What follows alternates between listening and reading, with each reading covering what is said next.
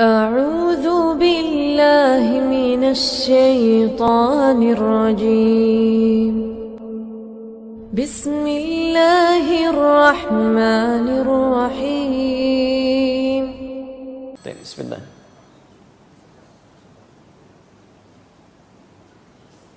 Ustaz, saya ingin bertanya. Baik, saya coba jawab. Saat kita duduk tahiyat, ketika sampai salawat Nabi di tahiyat akhir, sebaiknya kita memakai Sayyidina atau tidak?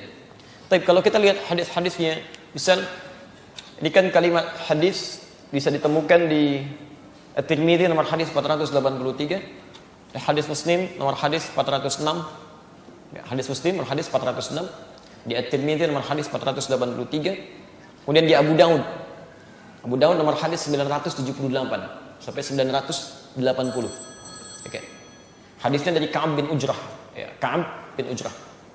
Kami teliti ini di kitab-kitab hadis yang kami punya, kami turunkan yang sahih saja. Ya, setiap kalimat salawat yang disampaikan pada Nabi, terutama dalam salat, itu tidak pernah menggunakan kata Sayyidina. Ya, ketika Ka'ab bin Ujrah bertanya pada Rasulullah, "Kaifa nusalli 'alaika?" Bagaimana kami bersalawat kepadamu ya Rasulullah? Kan?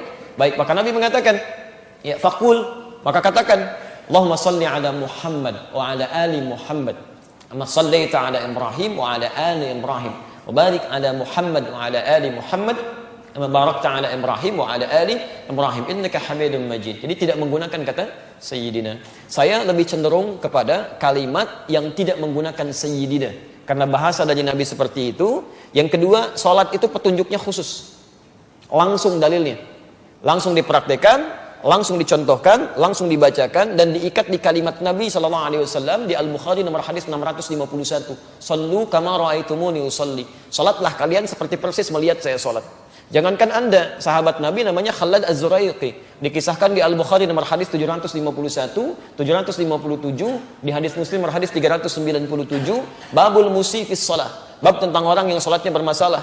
Dia salat, datang ke masjid Nabi, ja rajulun ila Nabi sallallahu alaihi wasallam, fadakhala ila al-Masjidin Nabawi, masuk ke masjid Nabi, fa shalla bi jambin Nabi, salat di samping Nabi. Ketika selesai salatnya, falamma sallama yaminan wa shimala, ketika salam ke kanan dan ke kiri, faqala lahu an-nabiy sallallahu alaihi wasallam, maka Nabi sallallahu alaihi wasallam langsung berkata pada orang ini, "Shalli fa innaka lam tusalli." Salatlah kamu, salat lagi kamu, karena kamu belum salat. Kamu belum salat.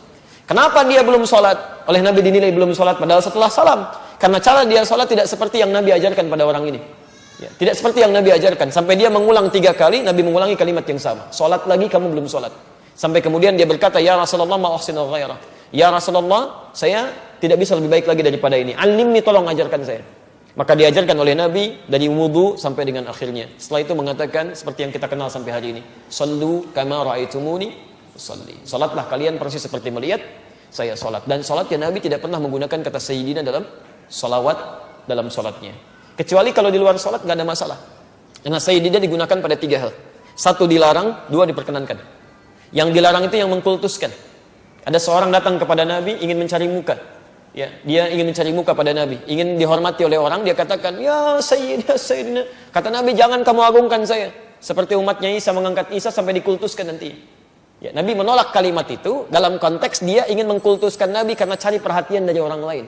Tapi Nabi sendiri mengatakan pada Umar, "Sayyidu qaumi," kepada Abu Bakar, "Sayyidu qaumi."